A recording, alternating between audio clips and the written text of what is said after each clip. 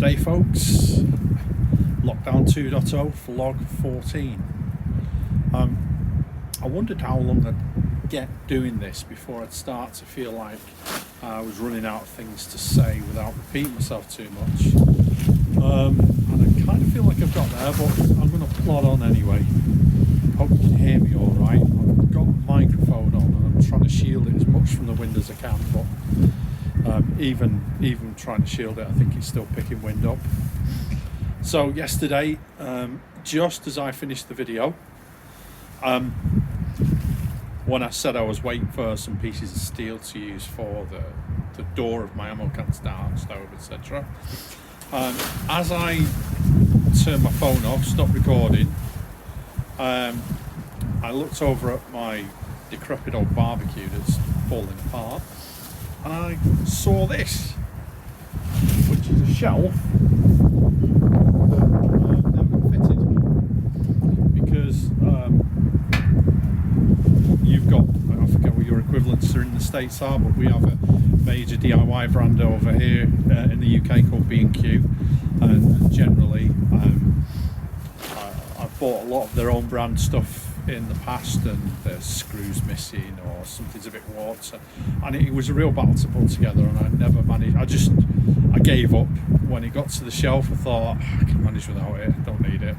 So it kind of looks like I'll get a door and a baffle, and have quite a lot left over out of that, but it'll do the job nicely, nice and solid. Definitely do the job. I'm debating whether to actually draw plans for this ammo can stove or whether I'm just again over engineering stuff. But yeah, I've just chased up where my flange spigot is, and it should have been delivered by now. The company chasing Royal Mail up to find out where it is, and hopefully I'll have that soon. So then I'll be able to get on. I've just ordered, rather than, I'm chasing my brother up, but I thought it'd be easier. I've just ordered a cheap angle grinder off Amazon. It should be here tomorrow. So I should definitely be able to start the clean up in the next couple of days, get all the paint off. And I should be able to get the cutting done, start cutting the hole for the chimney as soon as the spigot arrives. So yeah, things are moving on.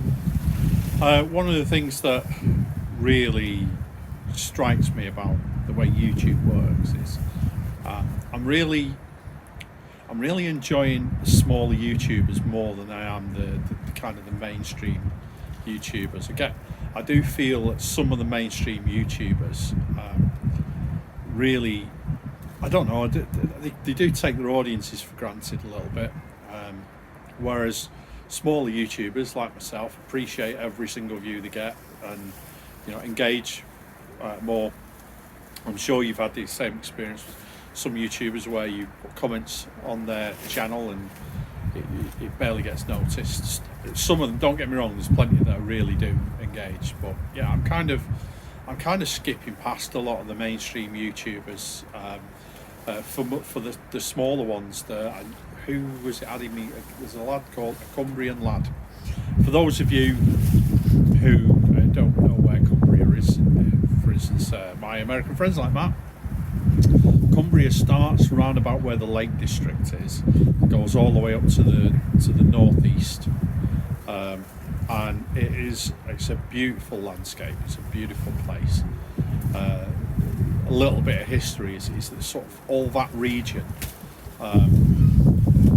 all the way back nearly 1,000 years ago when the Norman conquest occurred.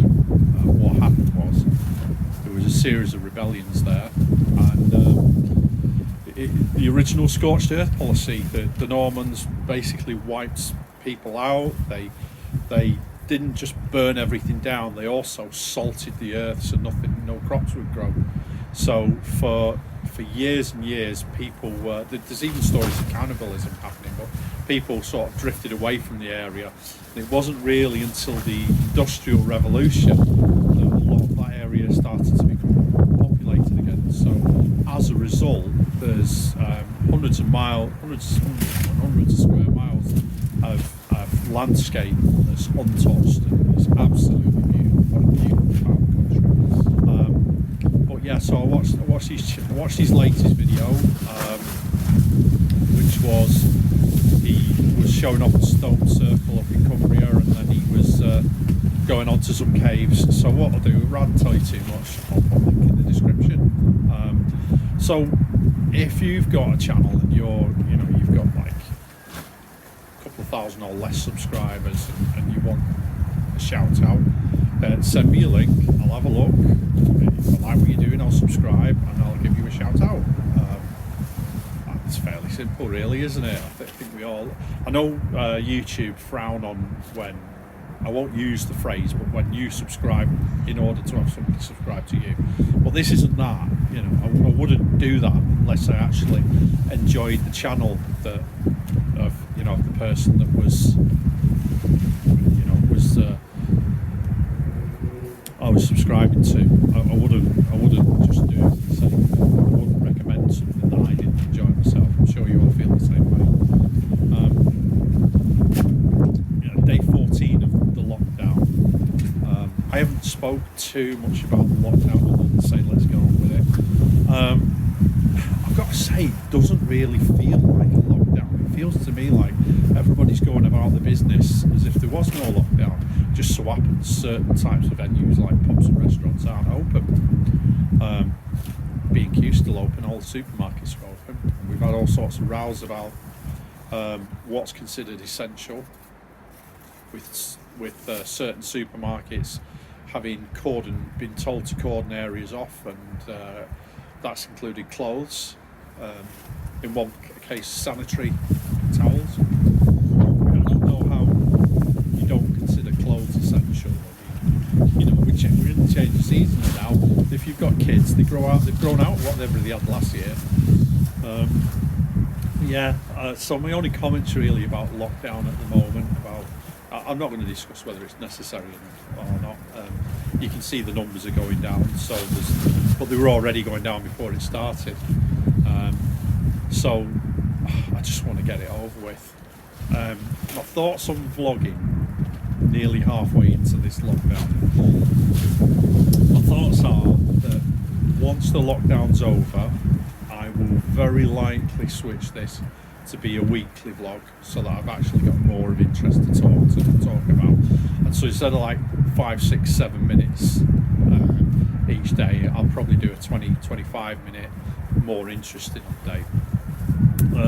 The video that went live last night from Go Wild Survival, there was quite a lot that I realised I hadn't put into it that I have got, and the reason for that is that I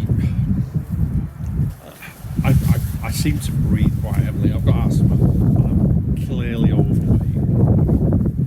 That's obvious. That's not something I can deny, and it's not an insult to say I am heavily overweight and I do need to step up my exercise regime. So when I'm moving about, I don't notice myself doing it, but when it's on camera, it's everything I'm doing, and I'll be blunt, I'm embarrassed by it. So I'm not over keen on videos where it's just all music over the sound. I'd rather hear the sound of the fire, and the sound of the pots clanking, and the sound of wood being carved, and the sound of an axe chopping. And those are the sounds I want to hear.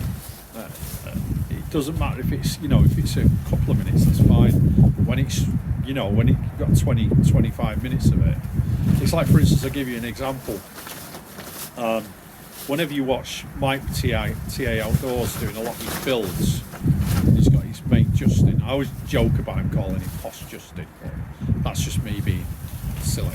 But when I go and watch on his channel, I can't stand the music. I can't stand it. I can't watch his videos because I can't stand the music, and I don't want to watch it muted. So yeah, so it does make an effect. So I don't know what other people feel about that. Nothing wrong with a little bit of music. In fact, I think it adds something when you've got a little task and you add a little bit of music to that. But a whole video of it, I think, is just a bit much. I'd rather hear somebody explaining what they're doing and talk, because I'm watching them. That's my view. I'm watching them. That's what this is all about. So yeah,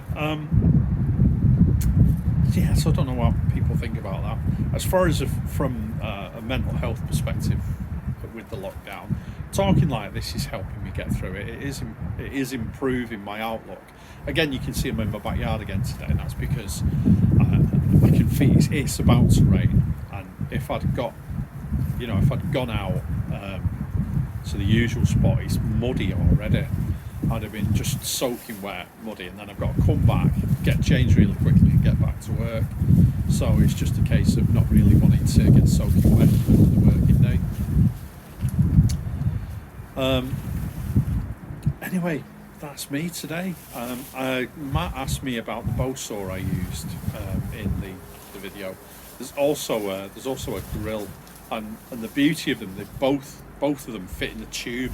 They go into like you saw the handles. One of those handles, the other handle goes into it. The blade goes into it. The same with the grill. One tube goes into another in all the pieces. So I think they're really good if you're backpacking. You want to carry light kit.